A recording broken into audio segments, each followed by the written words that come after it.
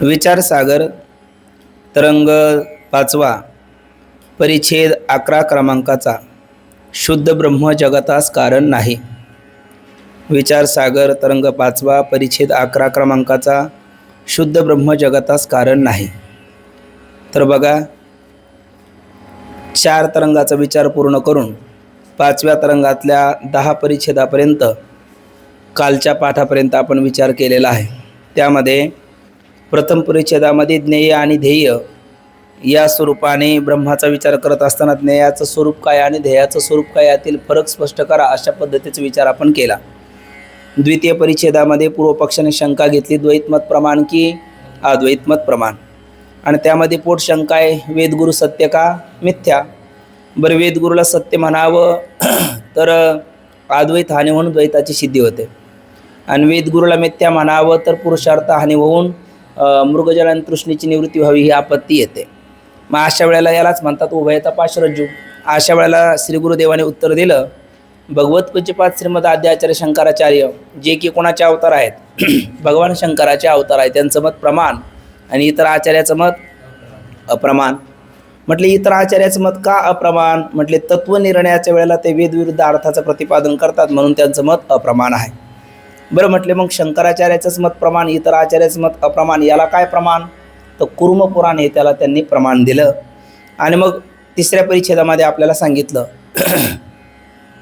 जे अद्वैत तत्वज्ञान दुःखाची आत्यंतिक निवृत्ती परमानंदाची प्राप्ती अशा स्वरूपाचं मोक्ष देऊन आपल्याला सुख देणार आहे, तेच अद्वैत तत्वज्ञान आपल्या दुःखालाही कारण ठरू शकतं। कधी? धूर्त भेदवादी याच्या वचनावर आपण विश्वास ठेवला तर। आणि हा सिद्धांत दृष्टांतात पटवून देण्याकरता म्हणून कथानक सांगितलं। कोणाचं? भरचूचं कथानक सांगितलं, कारण जो भरचू राजाच्या आनंदाला कारण ठरायचा तोच राजाच्या दुःखाला कारण ठरला का? धूर्त अमात्य अर्थात सेवक यांच्या वचनावर राजाने विश्वास ठेवला। कोणता? भरचू मेला आणि भरचू भूत झाला या वचनावर विश्वास ठेवला, आणि 2 भावना झाल्या तिथे, भरचू मेला ही असंभावना आणि भरचू भूत झाला ही विपरीत भावना।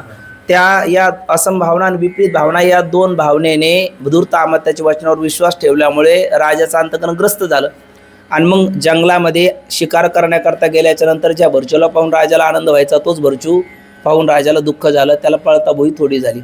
तसं आपण धूर्त भेदवादी वल्लभाचार्य, निंबर्काचार्य, मध्वाचार्य, रामानुजाचार्य या आचार्यांच्या वचनावर जर विश्वास ठेवला तर जे अद्वैत तत्वज्ञान आपल्या सुखाला कारण ठरणार आहे तेच अद्वैत तत्वज्ञान आपल्या दुःखाला कारण ठरेल। हा सिद्धांत पटण्याकरता ही कथा सांगितली। आणि मग प्रश्न असा आहे की द्वैतमत प्रमाण की अद्वैतमत प्रमाण, आणि त्यात पोट शंका म्हटलं आपण वेदगुरु सत्य का मिथ्या। बरं, वेदगुरूला जर मिथ्या म्हटलं तर काय होईल? पुरुषार्थ हानी होऊन मृगजळ आणि तृष्णेची निवृत्ती व्हावी ही आपत्ती आहे। वेदगुरूला सत्य म्हटलं तर अद्वैत हानी होऊन द्वैताची सिद्धी होईल। मग अशा वेळेला करता काय?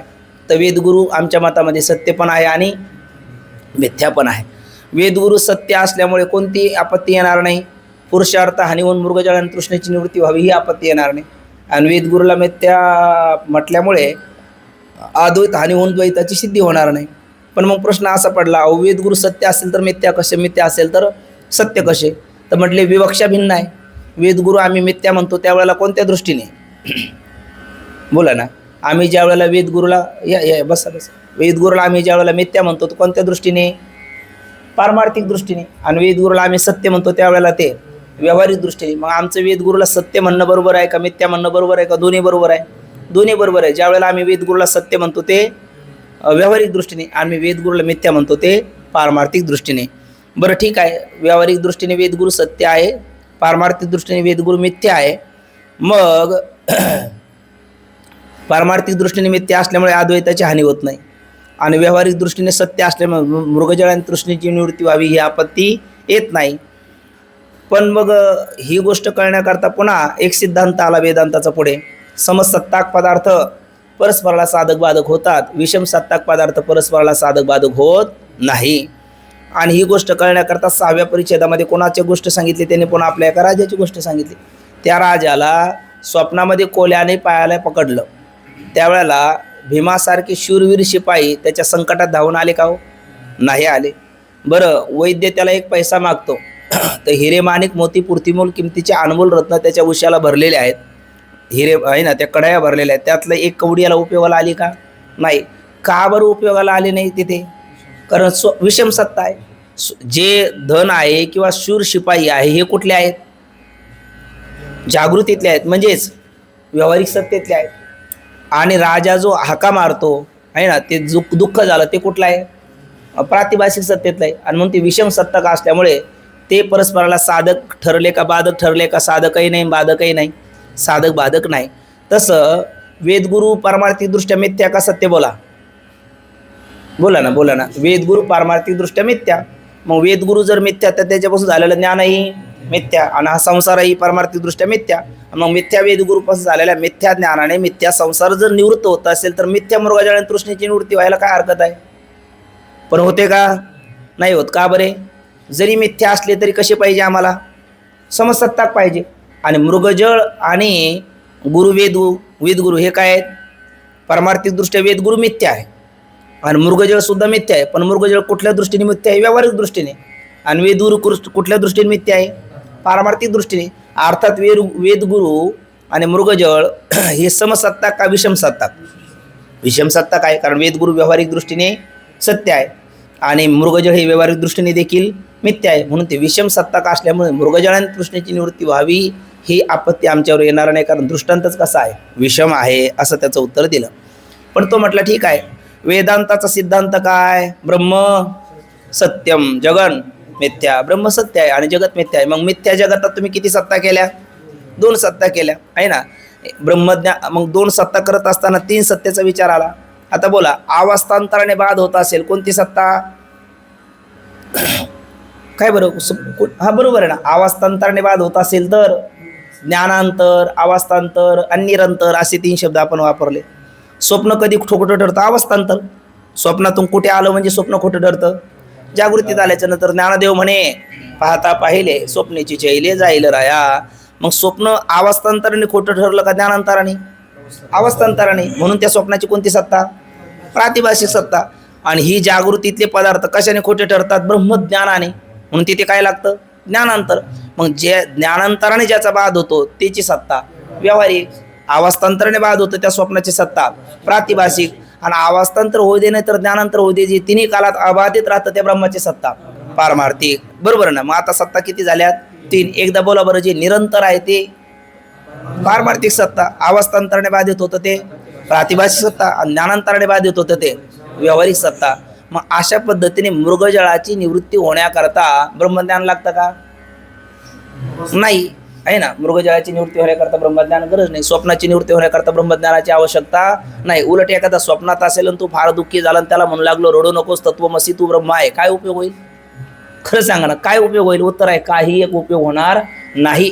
म्हणून मिथ्या पदार्थात पूर्व पक्षाने शंका काय केली? मिथ्या रज्जूवर भासलेला सर्प मिथ्या का रज्जू मिथ्या? तत्वतः मी तत्वतः शब्द वापरला ना. रज्जूवर भासलेला सर्प मिथ्या का रज्जू मिथ्या? दोन्ही मिथ्या, कारण ब्रह्म सत्यम जगन मिथ्या. मग दोन्ही मिथ्या आहे ना. तरी तुम्ही ती रज्जूची सत्ता कोणती देता? व्यावहारिक देता. आणि रज्जूवर भासलेल्या सर्पाची सत्ता प्रातिभाषिक. अशा मिथ्या पदार्थात किती सत्ता केल्या तुम्ही? 2, व्यावहारिक आणि प्रातिभाषिक. ब्रह्मज्ञानानेच निवृत्ती बाध व्हावा कोणाचा? रज्जूचा. ब्रह्मज्ञाना वाचून निवृत्ती व्हावी कोणाची? सर्पाची. मग अशा मिथ्या पदार्थात 2 सत्ता का करता? तर सिद्धांती बोलले आम्हाला सत्ता सांगायच्या का सद्रूप ब्रह्म सांगायचं? आम्हाला सद्रूप ब्रह्म सांगायचं, आम्हाला सत्ता सांगायच्याच नाही. पण सत्ता विचाराशिवाय सद्रूप ब्रह्म कळत नाही, म्हणून आम्ही सद्रूप ब्रह्म सांगितलेलं आपले सत्ता विचार सांगतो. आणि मिथ्या पदार्थात 2 सत्ता आम्हाला कराव्याच लागतात. त्या सकारण आहे, निष्कारण नाही. कोणता असा नियम आहे म्हणून मिथ्या पदार्थात 2 सत्ता कराव्या लागतात? बोला बघू. असा जर आपल्याला प्रश्न आला परीक्षेला का मिथ्या पदार्थामध्ये 2 सत्ता करण्याकरता कोणता एक नियम आहे का ज्यामुळे मिथ्या पदार्थात 2 सत्ता कराव्या लागतात? बरोबर आहे. जे ज्याच्या अज्ञानाने भासतं ते त्याच्या ज्ञानाने निवृत्त होतं. हा एक वेदांतातला नियम आहे आणि त्यामुळे आम्हाला मिथ्या पदार्थाकरता 2 सत्ता कराव्या लागल्या. जगत आणि रजत. काय काय शब्द? जगत आणि रजत. मग रजत कल्पना आहे, जगतही कल्पना आहे. पण रजत कल्पना कोणाच्या ठिकाणी? शुक्तीच्या ठिकाणी. आणि जगत कल्पना ब्रह्माच्या ठिकाणी. मग जे ज्याच्या अज्ञानाने भासतं ते त्याच्या ज्ञानाने निवृत्त होतं म्हटल्याच्या नंतर जगत कल्पना कोणाच्या ज्ञानाने बाधित होईल? ब्रह्माच्या ज्ञानानेच बाधित होईल, कोणाच्या होणार नाही. शुक्तीच्या ज्ञानाने होणार नाही. आणि रजत कल्पना कोणाच्या ज्ञानाने बाधित होईल? शुक्तीच्या ज्ञानाने बाधित होईल, कोणाच्या ज्ञानाने होणार नाही? ब्रह्माच्या ज्ञानाने होणार नाही. का? कारण आमचा सिद्धांत आहे जे म्हणजे कोण? रजत जगत. ज्याच्या अज्ञानाने, म्हणजे कोणाच्या, रजत म्हणलं तर शुक्तीच्या आणि जगत म्हटलं तर ब्रह्माच्या अज्ञानाने भासतं, ते म्हणजे रजत आणि जगत त्याच्या ज्ञानाने. रजत कल्पना कोणाच्या ज्ञानाने? शुक्तीच्या ज्ञानाने. जगत कल्पना कोणाच्या ज्ञानाने? ब्रह्माच्या ज्ञानाने. म्हणून रजत कल्पना निवृत्त होण्याकरता कोण लागत नाही? ब्रह्मज्ञान लागत नाही. कोण लागेल? शुक्तीचं ज्ञान लागेल. आणि जगत कल्पना निवृत्त होण्याकरता कोण लागत नाही? शुक्तीचं ज्ञान लागत नाही. कोणतं ज्ञान लागतं? ब्रह्मज्ञान लागतं. म्हणून मिथ्या पदार्थात आम्ही किती सत्ता केल्या? 2 सत्ता केल्या. त्या सकारण का निष्कारण? सकारण आहे. म्हणून मिथ्या पदार्थामध्ये 2 सत्ता कराव्या लागतात. कारण नाही केलं तर कोणता नियम बाधित होईल? आत्ताच बोललेला तोच, जे ज्याच्या ज्ञानात भासतं ते त्याच्या ज्ञानाने निवृत्त होतं. हा नियम बाधित होईल आणि तो होऊ नये म्हणून आम्ही मिथ्या पदार्थात किती सत्ता केल्या? 2 सत्ता केल्या. पण खरं आम्हाला 3 सत्ता ठेवायच्या का सद्रूप ब्रह्मच ठेवायचं? म्हणून आम्ही दिसायला 3, मोजायला 2, असायला 1, दिसायला 3, बृहन्नाथ ब्रह्म, महत ब्रह्म आणि जगत. या कारणे मी पिता, महत ब्रह्म हे माता, अपत्य पंडुसुता जगडंबरू. मग दिसायला 3, माया ब्रह्म जगत. मोजायला 2, माया आणि ब्रह्म. आणि असायला 1, एकमेव द्वितीय ब्रह्म. पण मग ब्रह्म एक आणि मी एक 2 नाही झाले का? बोला ना. ब्रह्म एक आणि मी एक 2 नाही झाले का? नाही, कारण मी कोण? अहम ब्रह्मास्मी. म्हणून 2 नाहीच आहे. कोण आहे? एकच आहे. असं त्या ब्रह्मापर्यंत येण्याकरता हा सत्ता विचार सांगितला. पण तो म्हणायला लागला, गुरुदेव, कोणाच्या अज्ञानाने कोण भासतं? रज्जूच्या अज्ञानाने सर्प भासतो. पण तो सर्प कसा उत्पन्न झाला याची प्रक्रिया तुम्ही सांगितली की नाही? आम्हाला सांगितली. रज्जूचं सामान्य स्वरूपाचं ज्ञान, विशेष स्वरूपाचं अज्ञान. ते अज्ञान किती गुणात्मक? त्रिगुणात्मक. तिथे रजगुणाची क्रिया, सत्वगुणाचं ज्ञान, सत्वा संजयते ज्ञानम, आणि तमगुणाचा पदार्थ. असं रज्जूवर सर्प कसा उत्पन्न झाला याची तुम्ही जशी रीती सांगितली तसं ब्रह्माच्या अज्ञानाने कोण दिसलंय?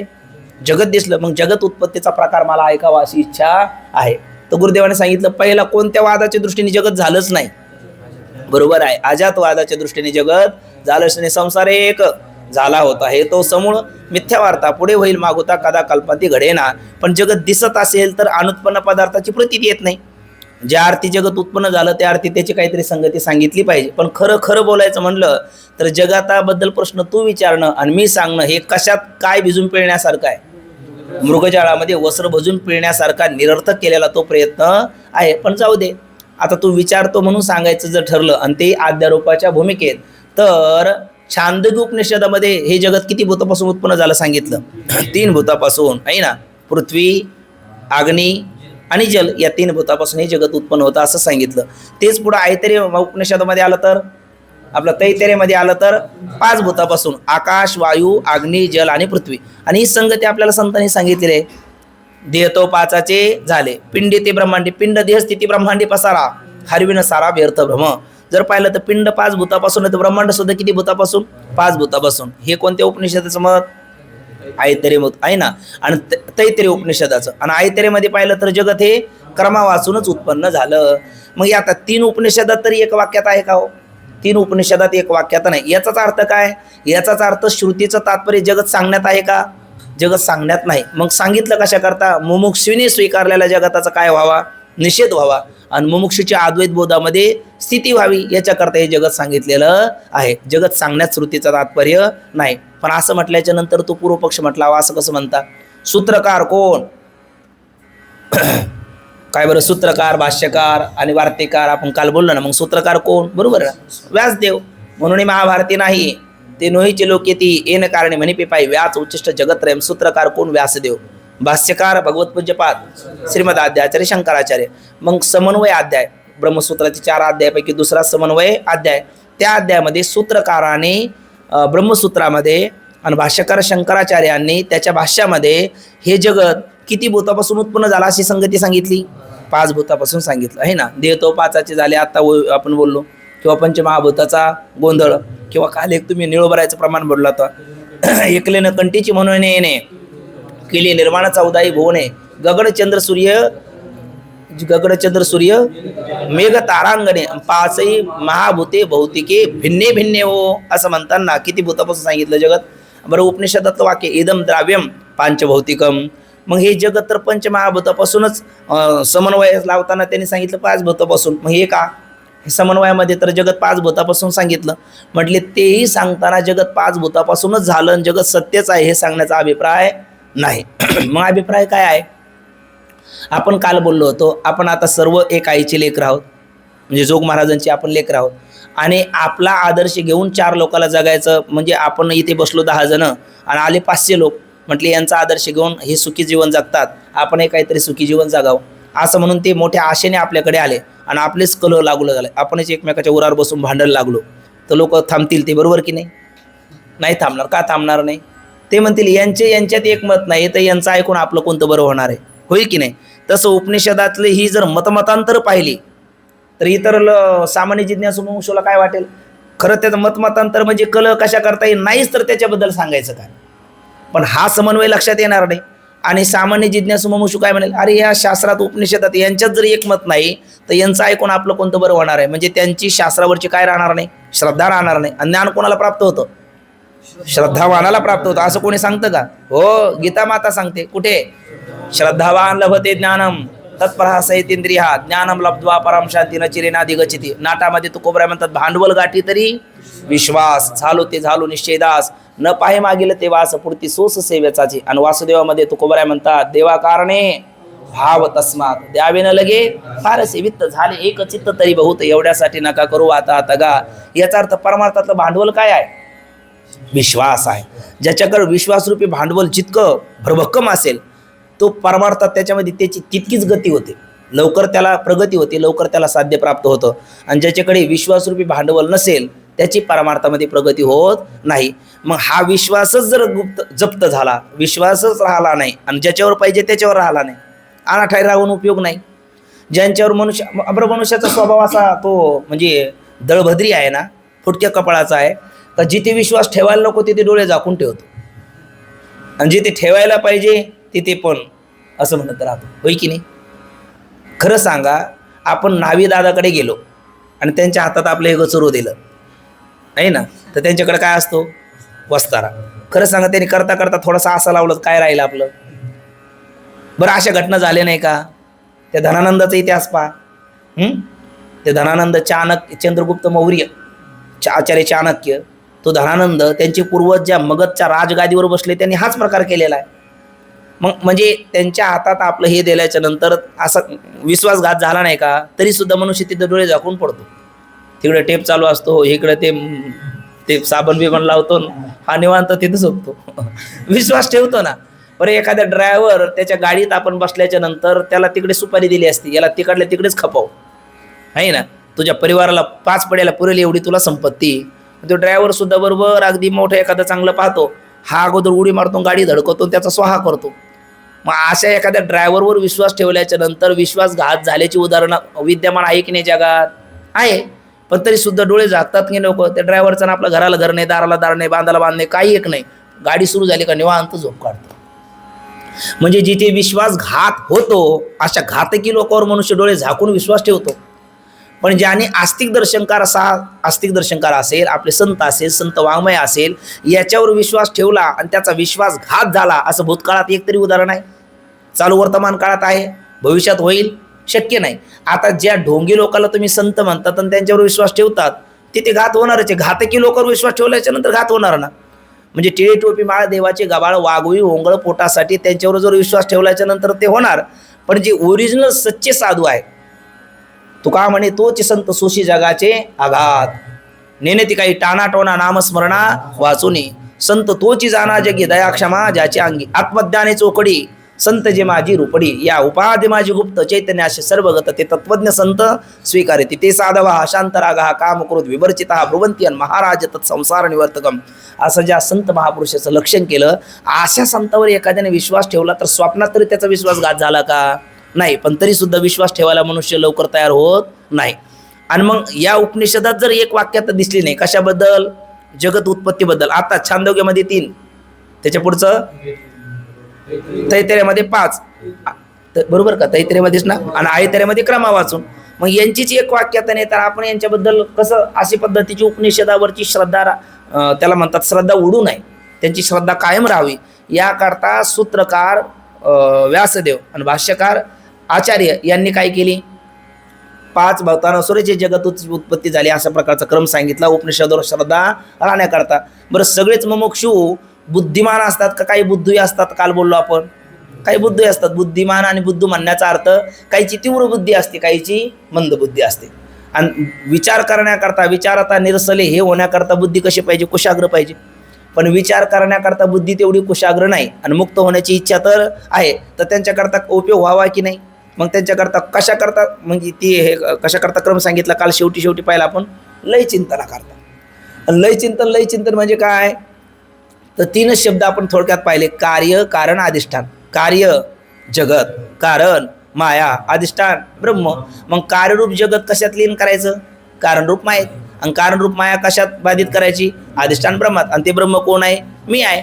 अशा लय चिंतना करता उपयोग व्हावा म्हणून सुद्धा सृष्टीचा क्रम सांगितला. सृष्टी सांगण्यात सृष्टीचं तात्पर्य नाही, तर मुमुक्षुनी स्वीकारलेल्या जगताच्या निषेधामध्ये आणि त्याची अद्वैत बोधामध्ये स्थिती व्हावी हे सांगण्याच्या पाठीमागे सृष्टी सांगण्याचं तात्पर्य आहे, असा कालपर्यंत आपण विचार केला. पण ते लय चिंतन नेमकं विस्तृत पद्धतीने कसं आहे हे आपल्याला कळालं पाहिजे. म्हणून ते लय चिंतन कळण्याकरता काल आपण पुन्हा कोण जगताला कारण नाही असा विचार केला? शुद्ध ब्रह्म जगताला कारण नाही. बरोबर ना? हा विचार झाला ना काल? झालतं ना? हा थोडंसं मला वाटतं धावतं वाचलं होतं ना आपण, का नाही वाचलं? मलाच आठवत नाही ना. ठीक आहे बघा. मग शुद्ध ब्रह्म जगतास कारण नाही. तरंग 5वा परिच्छेद 11 क्रमांकाचा, शुद्ध ब्रह्म जगतास कारण नाही. म्हणजे याचाच अर्थ शुद्ध ब्रह्म म्हटलं म्हणजे ब्रह्मात 2 प्रकार असले पाहिजे, आहे की नाही? एक शुद्ध ब्रह्म आणि एक अशुद्ध, तर नाही म्हणायचं पण तितकं शुद्ध नाही, आहे ना? म्हणजे शुद्ध म्हणायचा अर्थ आहे निरुपाधिक आणि अशुद्ध म्हणण्याचा अर्थ आहे सोपाधिक. एवढा सरळ अर्थ घ्यायचा आहे ना. म्हणजे परमात्म्याला आपण अशुद्ध कसं म्हणणार? पण म्हणताना काय, एक सोपाधिक आणि एक निरुपाधिक. जे निरुपाधिक ब्रह्म आहे ते शुद्ध ब्रह्म आहे आणि एक सोपाधिक ब्रह्म आहे ते शुद्ध नाही, कारण ते उपाधीने युक्त आहे. आता तुकोबराय म्हणतात परमात्म्याला, उपाधी वेगळे तुम्ही निर्विकार, काहीच संसार तुम्हा नाही. आईशे मज करून ठेवा नारायणा, समूळ वासना नरुवावी. निसंग तुम्हासी राहणे एकट, नाही कटकट सावेत तुका म्हणे नाही मिळू येत शिळा रंगाशी सकळा स्फटिकाची. मग निर्गुण निराकार जे ब्रह्म आहे ते शुद्ध ब्रह्म आहे, कारण ते निरुपाधिक आहे. आणि ईश्वर हे ब्रह्मच आहे, पण कसं आहे? ते सोपाधिक ब्रह्म आहे, ठीक ना? मग सोपाधिक ब्रह्म जगताचं कारण आहे, पण निरुपाधिक ब्रह्म जगताचं कारण नाही. म्हणजे कोण कारण नाही? ब्रह्म जगताचं कारण नाही आणि ईश्वर जगताचं कारण आहे, ठीक ना? कोण जगताचं कारण नाही? बोला. ब्रह्म जगताचं कारण नाही. आता एखादा विचारलं का कारण नाही? नाही प्रत्येक मात्र वस्तुसिद्धी किंतु लक्षण प्रमाणाभ्याम वस्तुसिद्धी, तर 4 शब्द द्यायचे, पुढे येणारच आहे आपल्याला. ब्रह्म हे असंग आहे, अक्रिय आहे, निरुपाधिक आहे, आपलं अविकारी आहे आणि ते एक आहे. किती कारणं सांगितली? साधारण 4. पहिलं, ब्रह्म कसं आहे? असंग आहे. संग आणि असंग, कारण संघाशिवाय कुठलीही गोष्ट निर्माण होत नाही. घट जर निर्माण करायचा म्हणला तर दोघाचा संघ व्हावा लागतो, कुंभार आणि त्या मातेचा.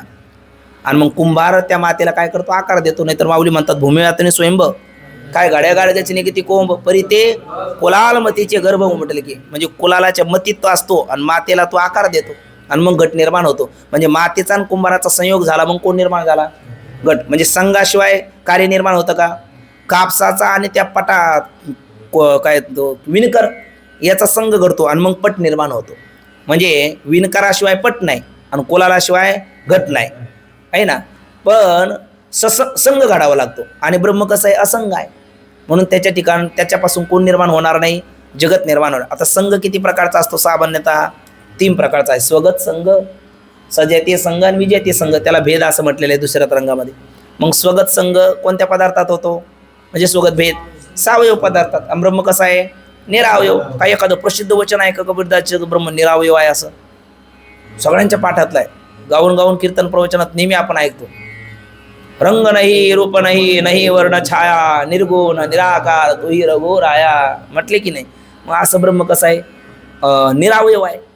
पुन्हा ते सत्य ज्ञानानंत गगनाचे प्रावर्ण, नाही रूपवर्ण गुण जेथे. ज्ञानेश्वरीत अव्यक्त निराकार वा नाही ज्या आकार, जेथून चराचर हरिशी भजे. हरिपाठात म्हणतात जो निर्गुण निराभास, जेथून उत्पत्ती शबल ब्रह्मास, आदी नारायण म्हणते त्यास, जो सर्वांचा आदी गुरु. असं नाथबाबाई म्हणतात. वा, म्हणजे सगळ्या संतांची वचने भेटले आपल्याला आता. म्हणजे कबीरदासजी म्हणतात, ज्ञानोबराय म्हणतात, नाथबाबा म्हणतात, ज्ञानोबराय ज्ञानेश्वरीत म्हणतात नामरूप संबंधू जाती क्रिया भेदू, हा आकार असेच प्रवादू, वस्तूशी नाही. मग वस्तू कशी आहे? ते कीर अनाम अजाती, माझी अविद्या वर्गाच्या राती, ते ओळखाया श्रुती खुण केली. याचा अर्थ ब्रह्माच ठिकाणी स्वगत संघ का नाही? ब्रह्म निरावयव आहे. सजते संघ का नाही, त्याच्या जातीतलं दुसरं ब्रह्म नाही, एकमेवा द्वितीयम ब्रह्म म्हणून सजते संघ नाही, आणि त्याच्या सत्तेतला दुसरा पदार्थ नाही म्हणून विजयाते संघ नाही, म्हणून ब्रह्म कसा आहे असंग. पुढचा शब्द काय अक्रिय. आता क्रिया कशात घडते, परिच्छिन्नात का व्यापकात? परिच्छिन्नात क्रिया घडते. आता हा घट आहे, इथून तिकडे तिकडून इकडे असं नेता येतं. आकाश न्या बरं इकडून तिकडे तिकडून इकडे नाही नेता येत. का नेता येत नाही? आकाश व्यापक आहे, म्हणजे व्यापकात क्रिया घडते का परिच्छिन्नात घडते? परिच्छिन्नात क्रिया घडते, व्यापकात घडत नाही. मृण्णात ब्रह्म विठ्ठल जळी स्थळी भरला, तो नायाचा ठाव उरला असे कवण, सर्वत्र संपूर्ण गगन जैसे. म्हणून ब्रह्माच ठिकाणी ते काय आहे? अक्रिय आहे. का? व्यापक आहे म्हणून अक्रिय आहे. आणि पुढचं अविकारी. अविकारी म्हणताना विकार. विकार किती आपल्याकडे? 6. अस्ति, जायते, वर्धते, विपरिणमते, अपक्षयते आणि विनश्यते. मग पहिलाच त्याच्याकडे विकार नाही, जायते, म्हणून शेवटचा नाही. म्रियते. का बरे? न जायते न म्रियते वा कदाचिन नायम भूत्वा भविता वा न भूयः अजो नित्यशाश्वतोयम पुराणो न हन्यते हन्यमाने शरीरे.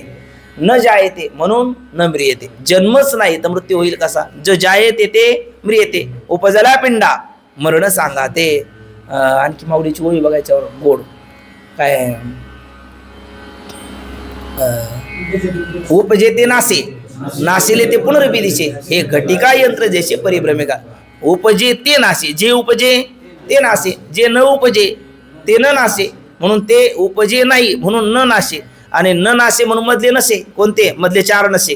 पहिले उपजे नसे, शेवटचे नासे नसे, म्हणून मधले 4 नसे. म्हणून अस्ति, जायते, वर्धते, विपरिणमते, अपक्षयते, विनश्यते 6 विकार त्या ठिकाणी नसे, म्हणून तो अविकारी आहे ना, अविकारी आहे. आणि एक राहिलं शेवटचं त्यातलं नित्य आहे. नित्य आहे.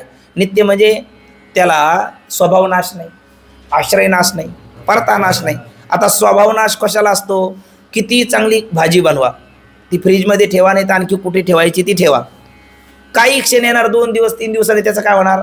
नाश होणार. म्हणजे होणार. तो कोणता नाश आहे? स्वभाव नाश आहे. आश्रय नाश. पडून गेली या भिंती, चित्राची केवळ होय माती, पण भिंतीच्या आश्रयाने चित्र राहिलं म्हणून भिंतीचा नाश झाला का? त्याचा नाश. पण हा परमात्मा कोणाच्या आश्रयाने राहतो का? सगळी त्याच्या आश्रयाने राहतात. सगळ्याला त्याचा आधार आहे, त्याला कोणाचा आधार नाही. आपल्याला आधाराशिवाय प्रवेश नाही आज आहे ना. पण आपण सगळे त्याच्या आधाराने, नाही तर आपण निराधार. पण त्याला कोणाचा आधार? त्याला कोणाचाच आधार नाही. तोच सर्वाला आधार असल्यामुळे त्याचा काय नाही? आश्रय नाश नाही, स्वभाव नाही, आश्रय नाश नाही, परता नाश. पर म्हणजे दुसऱ्याकडनं होणारा नाश. आता पारमार्थिक सत्तेच्या दृष्टीने पाहिलं तर पर दुसरा कोण आहे? कोणीच नाही. कारण स्वप्नातले पदार्थ आपल्याशी द्वैत निर्माण करू शकतात का? नाही. तसं पारमार्थिक सत्यातल्या एक ब्रह्माशी जागृतीतले किंवा स्वप्नातले पदार्थ द्वैत निर्माण करतील का? नाही. म्हणून त्याच्या ठिकाणी काय नाही, तो नित्य. नित्य का? तो एक आहे आणि अनादि अनंत आहे, म्हणून तो नित्य आहे. आणि शेवटचा आहे शुद्ध आहे, म्हणजे माया आणि माया कार्याने अस्पर्शित अचुंबित आहे, म्हणून तो जगाताचा काय होऊ शकत नाही, कारण होऊ शकत नाही. कोण? शुद्ध ब्रह्म. म्हणजे कंसात शुद्ध ब्रह्म म्हणजेच निरुपाधिक ब्रह्म, उपाधी रहित असणारं ब्रह्म. ठीक ना. आता हा आपण आशय बोललो. आता हा परिच्छेद वाचू बघा. आपण जे बोललो तेच इथे आहेत, फक्त आपण पंक्ती लावू. शुद्ध ब्रह्म जगताच कारण नाही. सगळ्यांनी मात्र थोडं थोडं बोललं पाहिजे. जगताच्या उत्पत्तीचा विचार करावायचा म्हणजे प्रथम हे जगत कोठे व कसे उत्पन्न झाले याचा विचार करणे आवश्यक आहे. असा का विचार करायचा? कारण पहिलं जगत नव्हतं, पहिले कोठेचे नव्हते, काय चंद्र सूर्य तारा नाही, मग काय होते? अवघे शून्यच होते. पायी ते पुढे काढवा तेरे तेरे ते, पण शून्य होते म्हणजे शून्यवाद आला का? नाही. कारण तेरे तेरे ते म्हणजे ते होतं, ते म्हणजे कोण? हे शुद्ध ब्रह्म होतं आहे ना. आणि मग त्या शुद्ध ब्रह्माच्या ठिकाणी तेथे एक ढालगज निर्माण झाली आणि मग तिने एवढी ख्याती केली. मग इथे ढालगज म्हणताना कंसात कोण? पुढे येणाऱ्या 15व्या परिच्छेदामध्ये आपल्याला माया. ढालगज म्हणताना कोण आहे? माया.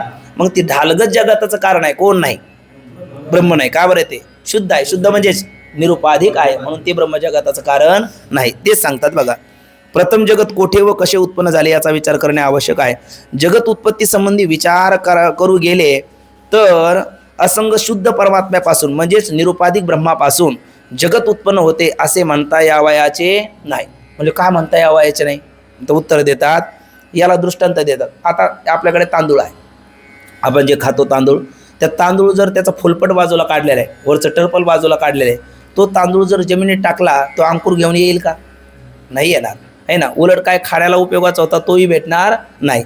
फोलपट काढलेलं कुठलंच धान्य ते अंकुर उत्पत्तीला कारण होत नाही. तसं मायारूपी फोलपट बाजूला सारलेलं निरुपाधिक ब्रह्म जगतरूपी अंकुर उत्पत्तीला कारण होणार नाही हे सांगतात. आता बघा ते म्हणतात याच दृष्टांत असा की ज्याप्रमाणे सडीक शुद्ध तांदूळापासून किंवा फोलपट काढलेल्या कुठल्याही बीजापासून अंकुर उत्पत्ती होत नाही, अगदी तसेच केवळ पुरुषापासून पुत्र आदी उत्पन्न होत नाही. आणि अगदी हाही व्यवहार आहे. केवळ पुत्र बाळाला जन्माला घालेल का? म्हणजे केवळ स्त्री संततीला जन्माला घालू शकत नाही, केवळ पुरुषही संततीला जन्माला घालू शकत नाही. स्त्री पुरुष असेल तरी संतती होतेच असंही नाही, पण झाली संतती तर ती दोघा वाचून नाही. तसं केवळ ब्रह्म जगताचं कारण नाही, केवळ मायाही जगताचं कारण नाही, आणि दोघा असेल म्हणून जगत झालं असंही नाही तत्वता. पण दिसतंय जगत तर त्या दोघा वाचून नाही. केवळ ब्रह्म जगताचं कारण का होत नाही? आत्ताच पाहिलं, असंग, निरुपाधी, अक्रिय, शुद्ध, नित्य असे शब्द आपण त्याबद्दल पाहिले. आणि माया जड असल्यामुळे तीही जगताचं कारण होणार नाही. हे दोघं एकत्र आले. केवळ गाडी आहे आणि पेट्रोल पंपमध्येच आहे, गाडी पडेल नाही. ज्या वेळेला ते पेट्रोल आपण इंधन त्या गाडीमध्ये टाकू आणि त्या दोघांचा संयोग होईल तरच मग गाडी काय होईल, ती रस्त्याने धावेल. तशा पद्धतीने ब्रह्म आणि माया या दोघांचा आध्यात्मिक तादात्म्य संबंध होईल तर जगताची निर्मिती होईल, अन्यथा नाही. पण मग एकटं ब्रह्म जगताचं कारण होऊ शकत नाही, ते शुद्ध आहे, निरुपाधिक आहे. अशा अवस्थेमध्ये ती गोष्ट सांगताना म्हणतात की केवळ पुरुषापासून पुत्रादी उत्पन्न होत नाही, त्याप्रमाणे असंग, अक्रिय आणि अविकारी शुद्ध ब्रह्मापासून जगत उत्पत्ती होणार नाही. ही गोष्ट प्रथम आपण काय केली पाहिजे, लक्षात ठेवली पाहिजे. याचा अर्थ पंक्तीकडे लक्ष नाही, लक्ष शब्द फारसे बोलले नाहीत, दोघं तिघच बोललेत, त्यामुळे सर्वांनी बोललं पाहिजे. कारण आपल्या मग लक्षात येतं ना, नाहीतर मग कोणत्या पंक्तीचा काय अर्थ चालला हा जर लक्षात आला नाही तर ते बोललेत पाड्या, पण ते कोणत्या पंक्तीबद्दल बोलले हे काय आमच्या लक्षात आलं नाही. विचारलं का बरं लक्षात आलं नाही, म्हणजे त्यावेळेला आमचं त्या पंक्तीकडे लक्ष नव्हतं, मग पंक्तीकडे होतं. तर तसं होता कामा नाही. बघा विनोदाने बोलतो तसं काहीच नाही. केवळ पुरुषापासून पुत्राधिक उत्पत्ती होत नाही, त्याप्रमाणे असंग, अक्रिय, अविकारी शुद्ध ब्रह्मापासून जगत उत्पत्ती होणार नाही. ही गोष्ट प्रथम काय केली पाहिजे, आता असं लक्षात ठेवली पाहिजे. तात्विक दृष्टीने आता ते एका पदाचं स्पष्टीकरण, पहिला शब्द आला ना असंग, अविक्रिय, मग का ब्रह्माला असं म्हणतात ते स्पष्टीकरण करतात. तात्विक दृष्टीने म्हणजे कोणत्या सत्तेच्या दृष्टीने बोला बघू, तीनपैकी. पारमार्थिक सत्तेच्या दृष्टीने. छान. कोणत्या तात्विक दृष्टीने म्हणजे पारमार्थिक सत्तेच्या दृष्टीने. तात्विक दृष्टीने म्हणजे पारमार्थिक सत्तेच्या दृष्टीने किंवा तत्वता शास्त्रीय सिद्धांत दृष्टीने असं म्हणा. पारमार्थिक दृष्टीने ब्रह्माशिवाय काय नाही, दुसरा पदार्थच नाही. आपण जरी बर्फामध्ये पिंजून पाहिलं तर पाण्याशिवाय दुसरं काय भेटेल हो, आहे ना. पाण्याशिवाय दुसरं काही भेटणार नाही, कारण बर्फाच्या आत बाहेर काय, पाणीच आहे. घटाच्या आत बाहेर काय आहे, मातीच आहे ना. तसं ब्रह्माशिवाय या जगात दुसरं काय आहे, काहीच नाही. म्हणून संतांना दुसरं काय दिसलं, अवघीची त्रैलोक्य, आनंदाची आता चरणी जगन्नाथा चित्त ठेरे. कारण त्रैलोक्यात दुसरं काही दिसतच नाही. कोण आहे, हरी येथे रे, हरी तेथे रे, हरी व्यापक सर्वा भूती रे. अनु माझे राम, रेणु माझे राम, तृण काष्टी राम वर्ततसे. घट भीष्मो राम रमय्या. जना काय जनी विजनी हा जनिवनी अवघा देव, वासनेचा पुसावा ठाव, मग तो वळेगा वासुदेव, ऐसा मनी वसुदेवा भावगा, असं आपल्या वासुदेवामध्ये संत म्हणतात. म्हणून तात्विक दृष्टीने ब्रह्माशिवाय दुसरा पदार्थच नाही. मग त्या संबंध तरी कोणाचा होणार, संबंध होण्याकरता दुसरा असला पाहिजे की नाही. दुसरा असेल तर संबंध होईल. तत्वता ब्रह्माशिवाय काय आहे, काहीच नाही. एकमेव अद्वितीय ब्रह्म. न इह नानास्ती किंचन, इह किंचन आपी ब्रह्म अतिरिक्त नाना न असती. मग ब्रह्म जर एकट्याचा संबंध कोणाशी होईल, संबंध होण्याकरता दोन किंवा दोनपेक्षा अधिक पाहिजे. आणि ब्रह्मा अतिरिक्त तत्वता दुसरं कोणी नाहीच आहे, मग त्याचा संबंध होईलच कोणाचा. संबंध झाला नाही तर जन्माला येईल कसं. म्हणून ब्रह्म कसा आहे, असंग आहे. म्हणून म्हणतात ब्रह्म कसा आहे, असंग आहे. पुन्हा कसा आहे ब्रह्म, अविकारी. अविकारी काय बघा, नित्य एकरूप आहे म्हणून अविकारी आहे. आपण नित्य एकरूप राहतो का, नाही. आपण बालपणी जसे आहे तसे कुमारपणी नाही, कुमारपणी जसे आहे तसे तरुणपणी नाही, तरुणपणी जसे आहे तसे प्रौढपणी नाही, प्रौढ तरुण आणि ते आपलं वृद्धपणी नाही, वृद्धपणी जसे आहे आणखी अगदी जास्तच वृद्ध झालं तर त्यावेळेला नाही. नाकामुख गळू लागलेला आळा आणि शेंबड, श्वानापरी गती झाली अवघी करते हाडाळ. म्हणजे एकसारखं आपलं शरीर राहतं का, नाही. म्हणजे ती विकारी का अविकारी, विकारी. आणि ब्रह्म सतत एक समान नित्य आहे म्हणून ते कसं आहे, अविकारी आहे. परमात्मा तुम्ही भगवान श्रीकृष्ण जे अगदी निज धामाला जाईपर्यंत परमात्मा जसे दिसायचे ना तसेच दिसतात. त्यांच्यामध्ये फार झालं तर परमात्मा बालपणी त्या परमात्म्याने लीला दाखवल्या, पण एकदा भगवान परमात्मा मथुरेत आल्याच्या नंतर जे परमात्म्याचं स्वरूप आहे अगदी निज धामाला जाईपर्यंत परमात्म्याचं ते स्वरूप आहे, कारण नित्य आहे, ते अविकारी आहे. म्हणून म्हणतात परमात्मा अविकारी आहे, म्हणजे ब्रह्मही अविकारी आहे. कृष्णस्तु भगवान स्वयं असं श्रीमद भागवत महापुराणामध्ये परमात्म्याच्या बाबतीत बोलतात, म्हणून ते अविकारी आहे. पुन्हा अक्रिय का, व्यापक आहे म्हणून काय आहे, अक्रिय आहे. एक माऊली रंगनाथ गुरुजी प्रभणेकर यांचा प्रसंग बाबा सांगत असतात. एक विदुषी माता होती, वेदांताचं चांगलं चिंतन करायच्या, तर ते म्हणायला लागले ब्रह्मात क्रिया घडत नाही, ब्रह्मात क्रिया घडत नाही. का घडत नाही, म्हणजे व्यापक आहे म्हणून. म्हणजे व्यापक असलं मग कशी घडत नाही, आम्हाला दिसेल अशी सांगा. तर ते म्हणले उद्या सांगतो. ती माऊली त्या आपल्या ह्या मठातच राहायची. मग ती सकाळी तोंड धुवायला लागली, गुरुजी म्हटले तिथे गेले आणि तिने अशी चूळ भरली होती. तिला म्हणले काल काय प्रश्न विचारला तू, तर ती पाणी टाकायला म्हणले तर टाकू नको तसं सांग. ती म्हणले असं कसं सांगता येईल, म्हणजे तोंडात चूळ भरलेले ते कसं सांगता येईल. म्हणजे मग हेच सांगायचं तुला व्यापकात क्रिया होत नसते अशी. आता ही ती जी पोकळी ती कशाने व्यापली, पाण्याने व्यापली, मग बोलायची क्रिया घडली का, नाही. तसं हे सगळं जगत कशाने व्यापलं, परमात्म्याने व्यापलं, क्रिया घडेल कशी, म्हणून तो व्यापक असल्यामुळे त्याच्यात क्रिया घडत नाही, म्हणून तो अक्रिय आहे. म्हणजे त्यांनी सांगितलेला प्रसंग व्यापक आहे म्हणून अक्रिय आहे. आणि अविद्यादी पदार्थाचा संबंध लागत नाही कोणाशी, ब्रह्माशी. अविद्या आदी म्हणजे अविद्या, अस्मिता, राग, द्वेष, अभिनिवेश असे किती क्लेश, पंचक्लेश. आपलं कितव्या तरंगात गेले, दुसऱ्या तरंगात गेले. म्हणजे जीव किती क्लेशाने युक्त आहे, 5 क्लेशाने. आणि किती क्लेशाने मुक्त आहे ब्रह्म, 5 क्लेशाने, म्हणून त्यांचं ऐक्य होणार नाही. पण हा पक्ष कोणाचा, पूर्व पक्ष आहे ना. मग ब्रह्माचं जीवाचं ऐक्य होतं की नाही, होतं. लक्षार्थात का वाचार्थात, लक्षार्थात ऐक्य होतं. म्हणजे विशिष्ट जीवाचं ऐक्य होतं का, विशिष्ट जीवाचं ऐक्य होतं. वाह, विशिष्ट जीवाचं म्हणजे साक्षी भागाचं ऐक्य होतं का प्रमाता जीव संसारी या भागाचं ऐक्य होतं, साक्षी भागाचं ऐक्य होतं. असा विषय आपल्याला कितव्या तरंगात गेला, दुसऱ्या तरंगात गेला. म्हणून म्हणतात बघा अक्रिय आहे कोण, ब्रह्म. आणि ब्रह्म तसं नित्य शुद्ध कसं आहे ते सांगताना म्हणतात अविद्यादी पदार्थाचा संबंध लागत नाही. म्हणजे अविद्या, अस्मिता, रागद्वेष, अभिनिवेश वगैरे या कुठल्याही पदार्थाचा संबंध लागत नाही. कारण ब्रह्म कोणत्या सत्तेतला आहे, पारमार्थिक सत्तेतला. आणि अविद्यादी पदार्थ व्यावहारिक किंवा प्रातिभाषिक सत्तेतले, म्हणून त्याच्याशी त्याचा संबंध लागेल का, आणि लागला तर कोणता सिद्धांत बाधित होईल, नाही ना. कोणता सिद्धांत बाधित होईल, जर अविद्यादी पदार्थाचा ब्रह्माशी संबंध लागला तर कोणता सिद्धांत बाधित होईल, समसत्ताक पदार्थ परस्पराला साधक बाधक होतात, विषम सत्ताक पदार्थ परस्पराला साधक बाधक होत नाही हा सिद्धांत बाधित होईल. कारण ब्रह्माची सत्ता पारमार्थिक आहे ना, आणि अविद्यादी पदार्थात सत्ता व्यावहारिक किंवा प्रातिभाषिक आहे, म्हणजे ते विषम सत्ताक आहे ना. मग विषम सत्तात सुद्धा व्यवहार घडायला लागेल. बरं आपण तो घडल्याला दाखवलं, पण घडतो का खरा, नाही. पूर्व पक्षाने बोललो होतो आपण, पण तरी सुद्धा कोणते पदार्थ साधक बाधक होतात, समसत्ताकच होतात, विषम सत्ताक होत नाही. ठीक ना. बघा व्यापक आहे म्हणून अक्रिय आहे, अविद्यादी पदार्थाचा संबंध लागत नाही म्हणून नित्य शुद्ध आहे. आणि अशा नित्य शुद्ध बुद्ध परमात्म्यापासून जगत उत्पन्न होत नाही. हे खरे असले तरी प्रत्यक्ष कोण होते आपल्याला, जगत दिसतेच आहे. जगत उत्पन्न ब्रह्मापासून होईल का, नाही. कारण ब्रह्म कसं आहे, आपलं शुद्ध आहे, म्हणजे निरुपाधिक आहे. म्हणजेच कसं आहे, कुलन 4 शब्द तेवढे. म्हणजेच कसं आहे, पहिला असंग आहे, पुन्हा अक्रिय आहे, पुन्हा अविकारी आहे, पुन्हा नित्य शुद्ध आहे, आणि एक आहे, म्हणून त्यापासून जगत उत्पन्न होणार नाही. पण जगत दिसतंय की नाही, म्हणजे ब्रह्मापासून नाही होत, ठीक आहे, नाही का होईना, पण जगत दिसतंय ना. मग दिसतं म्हणल्याच्या नंतर ते ब्रह्मापासून जर होत नसेल तर कोणापासून होतं हे तुम्ही काय केलं पाहिजे, सांगितलं पाहिजे. म्हणजे मग कोणापासून होतं हे सांगितलं पाहिजे. आता माझ्या करंगळीला धरून एक बाळ चाललं आणि विचारलं कोणाचं आहे, तुमच्या चुलत बंधूचं आहे का, म्हणले नाही. मग तुमच्या सख्या बंधू तुमचा पुतण्या आहे का, म्हणले नाही. मग तुमच्या मित्राचं असेल, म्हणले नाही. म्हणजे कोणाचं आहे, म्हणले माझंच आहे. म्हणले तुमचंच आहे, म्हणले हो. मग तुमचंच आहे म्हटल्याच्या नंतर तो जर म्हणू लागला माझंच बाळ आहे, तर त्याच्या ठिकाणी दिसणाऱ्या बाळाची संगती लागण्याकरता एक स्त्री मानावी लागेल की नाही, एक स्त्री मानावीच लागेल का, कारण स्त्री पुरुषापासून बाळाची निष्पत्ती नाही. तसं ब्रह्म असंग निर्विकार आहे, आणि त्याच्याच ठिकाणी कोण दिसू लागलं, हे जगतरूपी बाळ दिसू लागलं.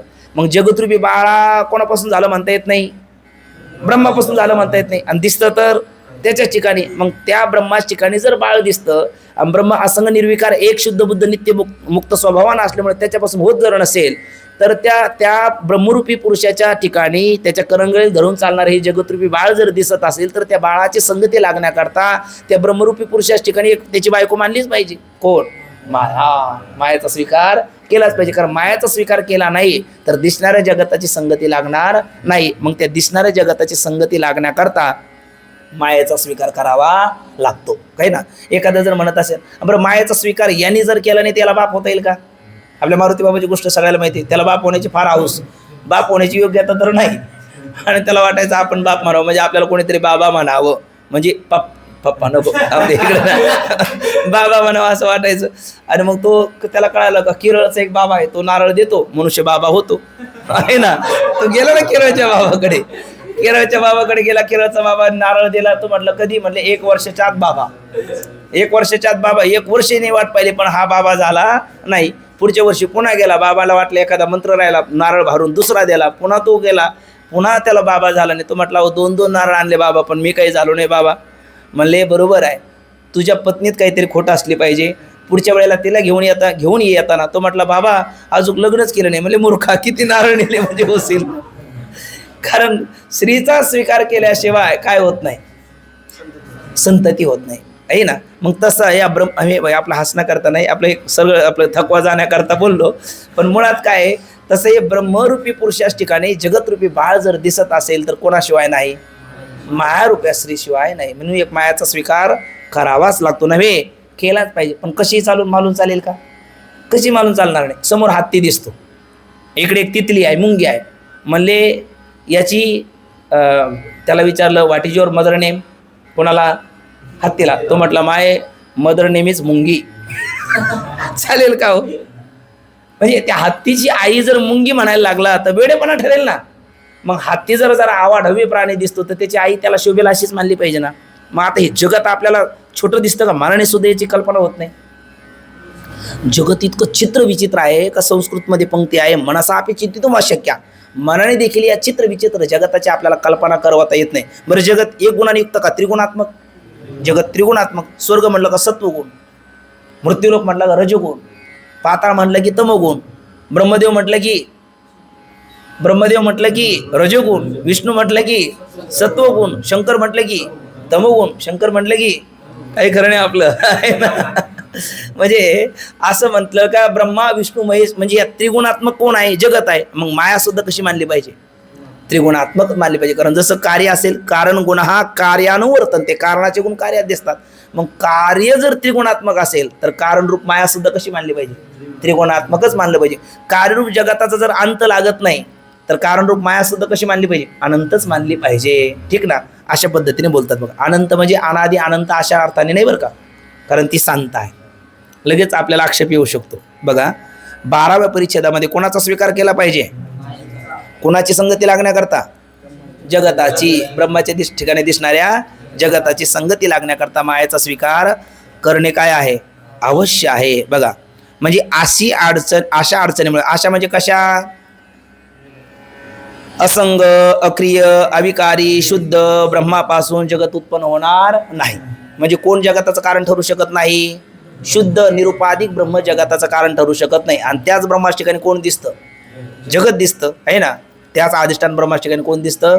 जगत दिसतं. मग त्या जगताची संगती लागण्याकरता ब्रह्म तर त्याचं कारण होऊ शकत नाही. मग त्याला त्या कारणाशिवाय तर कार्य होत नाही. ब्रह्म जगताचं कारण ठरू शकत नाही, निरुपाधिक आहे, आणि कारणाशिवाय कार्य होत नाही. मग दिसणाऱ्या कार्यरूप जगताच्या संगती करता त्याचं कारण म्हणून आपल्याला कोण मानली पाहिजे? माया मानली पाहिजे. अघटित घटना पटियायशी माया दैवेशा गुणमयी मम माया दुरत्या मामे प्रपद्यंते माया मे तान तरंती. ते अशा मायेचा सविस्तर विचार, ही माया कशी आहे, काय आहे, त्याचं स्वरूप काय आहे, त्यातले मायारूपी नदीच माऊलीने रूप केलं, त्यातले मग भोवरे कोणते, वळसे कोणते, तीर कोणते, त्यातले सगळा सविस्तर विचार ज्ञानेश्वरीच्या 7व्या अध्यायामध्ये माऊलीने आपल्यासमोर ठेवला. मग आता त्याच मायेचा थोडक्यात विचार, आता इथला हा विचार आपल्या डोळ्यासमोर असला ना, तिथली ज्ञानेश्वरी आपल्याला लगेच वाचल्या कळते. नाही तर त्या ओव्यात दिसतात पण त्या शब्दाचा अर्थ काही कळत नाही. एवढंच कळतं माणसाला, कधी कधी तेही कळत नाही. पण मग विचारसागर याच्याकरताच का आपल्याला ज्ञानेश्वरी गाथा कळण्याकरता. बघा माया मानायची आहे, मायेचा स्वीकार करणे आवश्यक आहे. अशा अडचणीमुळे पुत्रादी कार्याची व्यष्टी दृष्टीने पाहिलं तर पुत्रादी, आणि समष्टी दृष्टीने पाहिलं तर जगतादी कार्याची सिद्धीकरिता ज्याप्रमाणे, म्हणजे व्यवहारात पुत्रादी सिद्धीकरिता ज्याप्रमाणे पुरुषाच्या ठिकाणी काय करावं लागतो? एका स्त्रीचा स्वीकार करावा लागतो. म्हणून आपण उदाहरणात म्हटलं कोणाचं बाळ माझंच, तर मग तिथे स्त्रीचा स्वीकार करावा लागतो. त्याप्रमाणे परमात्म्याच्या ठिकाणी काहीतरी माया म्हणून एक पदार्थ माना. एक लक्षात घ्या, काय माया मानलेली आहे का? आहे माया मानलेली आहे. म्हणून या मा सा माया, या म्हणजे जी, मा म्हणजे नाही ती, तत्वता माया नाहीच आहे. पण तत्वता कोण नाही आहे? मग जगतही नाही आहे. पण तुम्ही जगत नाही म्हणणं हे काय आपल्याला एकदम पटत नाही. मग जगत दिसतं म्हणून त्याच्या संगती करता कोण मानलेली आहे? माया मानलेली आहे. मग तिला खरीच धरून बसायचे का? फक्त गणित सुटेपर्यंत हा हातचा घेतलेला आहे ना. जगत रूपी गणित सुटण्यापर्यंत मायारूपी हातचा स्वीकारलेला. म्हणून माया मानलेली आहे, माया आहे असं नाही. जर ब्रह्मासारखी माया असती तर तिची निवृत्ती झाली नसती. पण माया मानलेली आहे दिसणाऱ्या जगताची संगती लागण्याकरिता. म्हणून माया म्हणून पदार्थ माना नव्हे, मानलाच पाहिजे. त्या वाचून म्हणजे कोणा वाचून? या माया वाचून जगताची व्यवस्था लागणार नाही. बरे, माया मानवायचीच ठरली म्हणजे जगतातील बऱ्या वाईट पदार्थाची व बंद मोक्षाची नीट व्यवस्था लागेल अशीच ती मानली पाहिजे. जगत कसं आहे म्हटलं तर आपण त्रिगुणात्मक. मग माया सुद्धा कशी मानली पाहिजे? त्रिगुणात्मक. आता कुंभकर्ण म्हणलं तर कोणता गुण दिसतो पटकन माणसाला? तमोगुण दिसतो. रावण म्हटलं की रजोगुण दिसतो. बिभीषण म्हणलं की सत्वगुण दिसतो. बरं, आपल्या जीवनामध्ये सकाळी सकाळी कोणता गुण? काय बरं, तुम्ही काय बरं नाराज आहात का? काय सकाळी सकाळी कोणता गुण? अहो, सकाळी सकाळी स्नान करतो, प्रदक्षिणा करतो, माऊलीचं दर्शन करतो, पाठाला येतो, सत्व संजय ते ज्ञान आहे ना. मग कोणता गुण? सत्वगुण. दुपारी मधुकरी घेतली ओळखुटी पाहतो. दुपारी म्हणजे क्रिया करतो त्यावेळेला रजोगुण. आणि सायंकाळी तमोगुण आहे ना. म्हणजे झोप, आळस, निद्रा, प्रमाद आला की कोणता गुण आहे? तमोगुण आहे. म्हणजे आपण त्या रावण, कुंभकर्ण आणि बिभीषण हे तिघं नाही, आपणच तिघं होतो. आपण काय सामान्य आहोत का? आहे ना. तीन गुणाचा साक्षात्कार एका दिवसात आपल्याला होतो. सकाळी सत्वगुण, क्रिया करायला लागला की रजोगुण, आणि आळस, निद्रा, प्रमाद झाला की तमोगुण. म्हणजे तीन गुण. म्हणजे थोडक्यात काय, पिंडी ते ब्रह्मांडी या न्यायाने पाहिलं तर जगत कसं आहे? मग त्रिगुणात्मक आहे. म्हणून माया मानायची ती सुद्धा कशी मानली पाहिजे? त्रिगुणात्मक मानली पाहिजे. याकरता बघा, म्हणून म्हणतात ती सत्व रज तम या 3 गुणाने युक्त, अर्थात त्रिगुणात्मक अशीच मानली पाहिजे. पण मग असं म्हटल्याच्या नंतर शिष्य म्हणतो माया तुम्ही कोणती कशी मानली? हे बघा, मायाबद्दल 3 पक्ष आहे साधारण, पुढे येणारच आहे. 3 पक्ष कायम ध्यानात ठेवायचे. एक, माया स्वतंत्र माना असं म्हणणारे सांख्य आहेत. माया स्वाश्रया स्वविषय असं माना म्हणणारे वेदांती आहेत. आणि माया जीव आश्रया ब्रह्मविषया असं म्हणणारे वाचस्पती आहेत. मुख्य प्रधान मायेबद्दल किती मतं आहेत? 3 मतं. चला मी आता पहिलं बोला. माया स्वतंत्र माना असे म्हणणारे सांख्य आहेत. माया ब्रह्म आश्रया ब्रह्मविषया असं म्हणणारे वेदांती आहेत. आणि जीव आश्रया ब्रह्मविषया अशी माना असे म्हणणारे वाचस्पती आहेत. असे मायेबद्दल प्रधान किती मत आहेत? 3 मत आहेत. त्यातले 2 खंडित आहे आणि 1 मंडित आहे. मायातलं पहिलं मत कोणतं म्हणलं मग आपण? स्वतंत्र माना, हे मत खंडित आहे. आणि माया जीव आश्रय ब्रह्मविषय हे मत खंडित आहे. आणि मग मंडित मत कोणतं राहील? स्वाश्रया स्वविषय. जसं शेवाळ कोणाच्या आसनात राहतं? पाण्याच्याच आसनात राहतं. कोणाला जागतं? पाण्याला जागतं. तो ढग कोणाच्या आसनात राहतात? आकाशाच्या आसनात राहतात. आणि कोणाला जागतात? आकाशस्थ सूर्याला जागतात. म्हणून माऊली म्हणतात बाबुळीची सारावे हाते, पाने तव असे आई ते, आभ्रची जावी गगन ते सिद्धची की. म्हणून आपण कोणता पक्ष घ्यायचा मायाबद्दल या 3 पैकी? जरी माया मानायची तरी अशी मानायची नाही. कशी? सांख्याप्रमाणे स्वतंत्र मानायची नाही. आणि कशी मानायची नाही? वाचस्पतीप्रमाणे मानायची नाही. सांख्याप्रमाणे का मानायची नाही ते लगेच आता या 13व्या परिच्छेदात खंडित आहे. आणि भामती निबंधकार वाचस्पतीच्या मताने का मानायचे नाही त्याचं उद्या खंडन येणार आहे. पण मानायची कशी? स्वआश्रय स्वविषय, तो पक्ष आज मंडित करणार आहे. तर बघा, सांख्याप्रमाणे माया स्वतंत्र मानणे हे 3 गोष्टीला विरुद्धात आहे. एक वेळ लक्ष द्या, लगेच पंक्ती आपण वाचणार आहोत. श्रुती, युक्ती, अनुभूती. बोला. श्रुती, युक्ती, अनुभूती. श्रुती, युक्ती, अनुभूती या 3 निकषाने माया सांख्याप्रमाणे स्वतंत्र मानता येत नाही. आत्ताच आपण पाहिलं तेथे एक डालगज निर्माण झाली. तेथे मानले म्हणजे कोणाच्या आश्रित मानली? परमात्म्याच्या. स्वतंत्र मानली का? नाही. बरोबर ना. म्हणजे ही श्रुती झाली थोडक्यात. संताचं वचन श्रुती नाही का आपल्याला? अहो, वाचा बोलू वेदनीती तुकोबराय म्हणतात की नाही? क्षराक्षरा वेगळा तुका होनी निराळा पाहि, निगम कळा बोले विठ्ठल प्रसादे. तुकोबरायची गाथा वेदवाणी नाही का? पंचमवेद आहे. पंचमवेद आहे. तुकोपनिषद आपल्या मामांचे शब्द आहे. तुकोबरायाची गाथा म्हणजे 4 वेदाचे केल्याशी विवरण अर्थही घन करून या. मग तुकोबरायांनी माया स्वतंत्र सांगितली का परमात्म्याच्या अधीन सांगितली? तुकोबराय म्हणतात तुका म्हणे लासी माया नाचवी ते कैशी, पण होयदाशी लागे ज्ञानदेव म्हणता माया आणि होयदाशी लागे पाया. म्हणजे ती माया परमात्म्याच्या अधीन सांगितली का स्वतंत्र सांगितली? बरोबर ना. आणि पुन्हा काय म्हणजे वेदानी माया स्वतंत्र मानलेली नाही, संतांनी माया स्वतंत्र मानलेली नाही. याचा अर्थ माया स्वतंत्र मानता येणार नाही श्रुतीने. युक्तीने माया स्वतंत्र मानता येणार नाही, कारण व्यवहारात पुरुषाचा आश्रय न घेता कोणती स्त्री बाळाला जन्माला घालू शकते? पुरुषाचा आश्रयच एखाद्या माऊलीने घेतला नाही, तिला जर आई होण्याची इच्छा झाली तर ती बाळाला स्वतंत्ररित्या जन्माला घालू शकते का? उत्तर आहे घालू शकत नाही. हा 900 हा तुकोबराय म्हणतात 900 पुत्र होती तरी का करणे लागे पती. आक्षेपार्थाने विचारतात जर 90 सायास करून जर पुत्र होत असेल तर पती करण्याची काय आवश्यकता आहे? आता एक डाका प्रकरणातलं एक वचन आहे पुन्हा, वांजा पुत्रा फळे नवसपुरी ते विठाय, ते आंधळ्याशी डोळे देते पांगळ्याशी पाय. वांजा पुत्रा फळे नवसपुरी ते विठाय, पण कधी पती असेल तर. पती नाही मग विठाई कशी नवसपूर्व करेल? म्हणजे ते लग्नच केलं नाही मग श्रीफळ नेऊन काय होईल? आपण आता मागे बोललो ना तसा प्रकार होईल. म्हणजे स्त्री पुरुषाच्या आश्रया वाचून स्वतंत्ररित्या स्त्री जन्माला घालू शकते बाळाला, तसं मायारूपी जड स्त्री ब्रह्माचा आस्ती भाती प्रियत्वाचा स्वीकार सत्तास्फूर्तीचा स्वीकार केल्याशिवाय जगाताला जन्माला घालेल का? नाही. म्हणून माया स्वतंत्र मानता येत नाही. ही काय आहे? अनुभूती आहे. श्रुती झाली, अनुभूती झाली, युक्ती. युक्तीने देखील ते काय आहे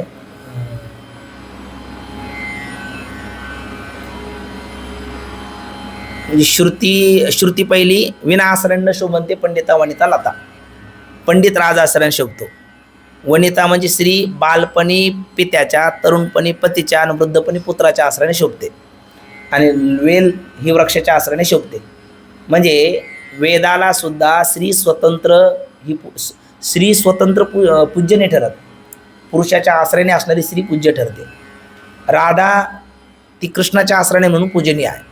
सीता प्रभू रामाच्या आश्रयाने म्हणून पूजनीय आहे. नम पार्वती पते म्हणतो आपण, तर महादेवाच्या आश्रयाने म्हणून सती पूजनीय आहे. म्हणजे स्त्रीला मानही दिलेले आहेत. सीताराम, राधेश्याम, नम पार्वती पते म्हणजे अगोदर मातृदेवो भव नंतर पितृदेवो भव. पण स्त्री विना आश्रयाने शोभत नाही. हे जर शास्त्राचं वचन असेल तर माया एकटी स्वतंत्र जगताला कारण होणार नाही. म्हणजे श्रुतीने ती एकटी जगाला कारण होणार नाही. युक्तीने म्हणाल तर कोणती स्त्री पुरुषाचा आश्रय वाचून बाळाच्याला जन्माला घालू शकत नाही. आणि अनुभूती सुद्धा व्यवहारात आपल्याला दिसतं असं का स्त्रीने पुरुषाचा आश्रय घेतला नाही आणि तिने संततीला जन्माला घातलं असं होत नाही. म्हणून कोणाच्या मताप्रमाणे माया स्वतंत्र मानून चालणार नाही. सांख्याच्या मताप्रमाणे माया स्वतंत्र मानून चालणार नाही. हीच गोष्ट आता या पुढच्या परिच्छेदामध्ये सांगतात. छोटा आहे बघा.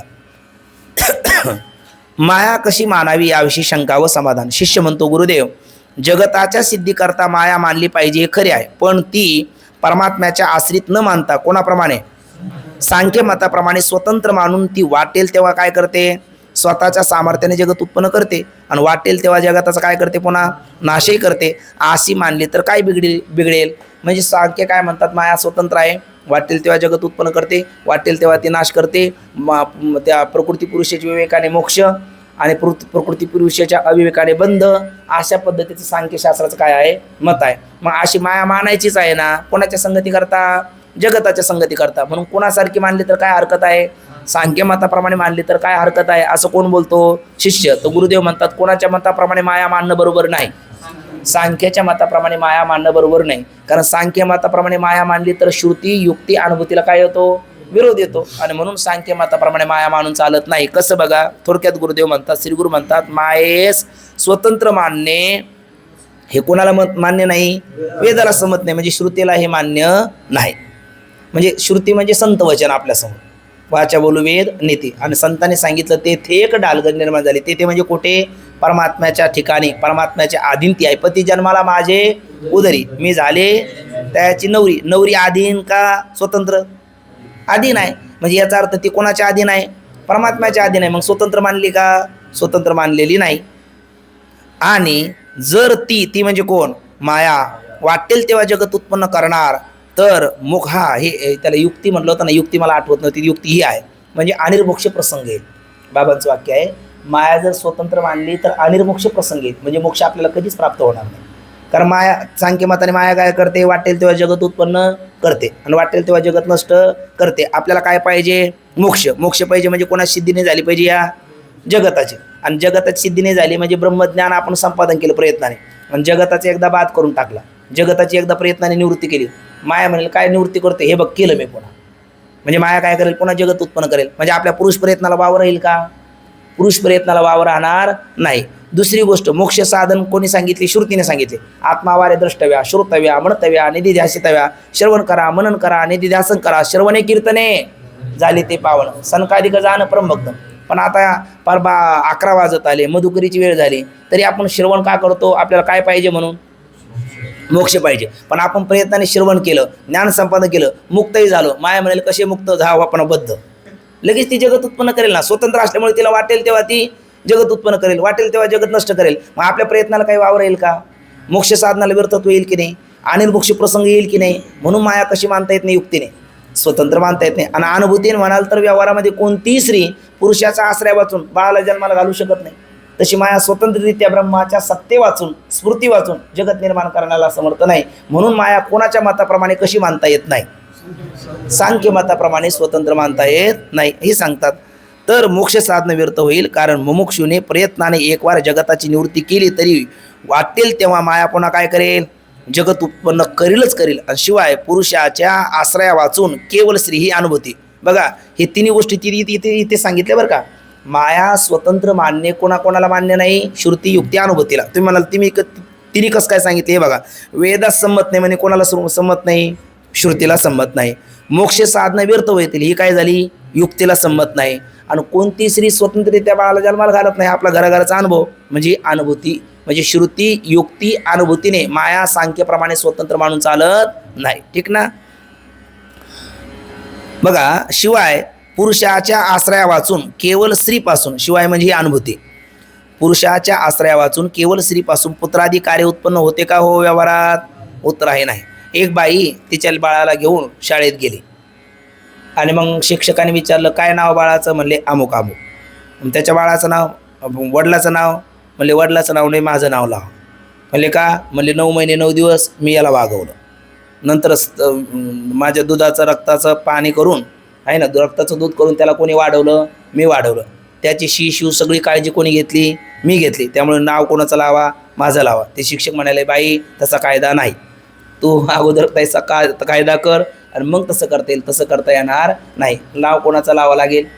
म्हणले ते बाबाने काय केलं, म्हणले काही जरी नसलं केलं तरी बाबाचंच नाव लावावं लागेल, तसा कायदा नाही. कारण बाबा वाचून तू एकटी त्या बाळाला जन्माला घालू शकत नाही. तसं माया कोणा वाचून, ब्रह्माच्या सत्ता स्फूर्ती वाचून एकटी माया जगतरूपी बाळाला प्रसवायला समर्थ नाही.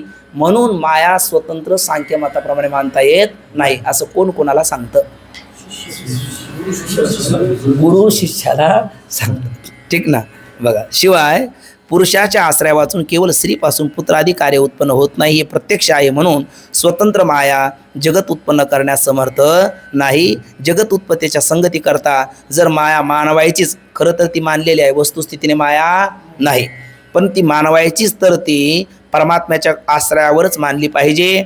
माया परमात्म्याच्या आश्रयावर मानली म्हणजे आता चौथा तरंगात 1 मिनिटाकरता जा. 4 आकाश एक, 4 आकाश एक, घटाकाश, जलाकाश, मेघाकाश, महाकाश. घटाकाशाच्या ठिकाणचं चैतन्य जीव, घटाकाशाच्या ठिकाणचं चैतन्य कूटस्थ चैतन्य, जलाकाशाच्या ठिकाणी जीव चैतन्य, मेघाकाशाच्या ठिकाणी ईश्वर चैतन्य आणि महाकाशाच्या ठिकाणी ब्रह्मचैतन्य. व्यापक आकाश, त्याच्या आश्रयाने असणारे सजल मेघ आणि त्यामध्ये रूपवान नक्षत्रादी सहित अरूप आकाशाचं प्रतिबिंब, त्याला म्हटले ते दृष्टांतात मेघ आकाश.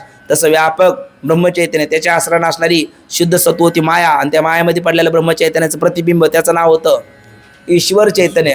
हा तत्वमसी महावाक्यात त्या तत्पदाचा कोणता अर्थ, ईश्वर चैतन्य.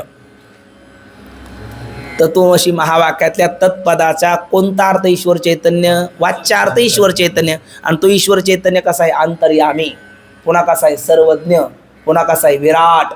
असे आपण चौथ्या तरंगात त्याचा परिचय पाहिला होता ना, तोच परिचय पुढच्या 2 वाक्यामध्ये सरळ दिलेला आहे. हे आपण फक्त तिथलं आठवलं काही या पंक्ती पटकन लागतात. बघा माया परमात्म्याच्या आश्रयावर मानली म्हणजे माये चैतन्याचा आभास येणारच.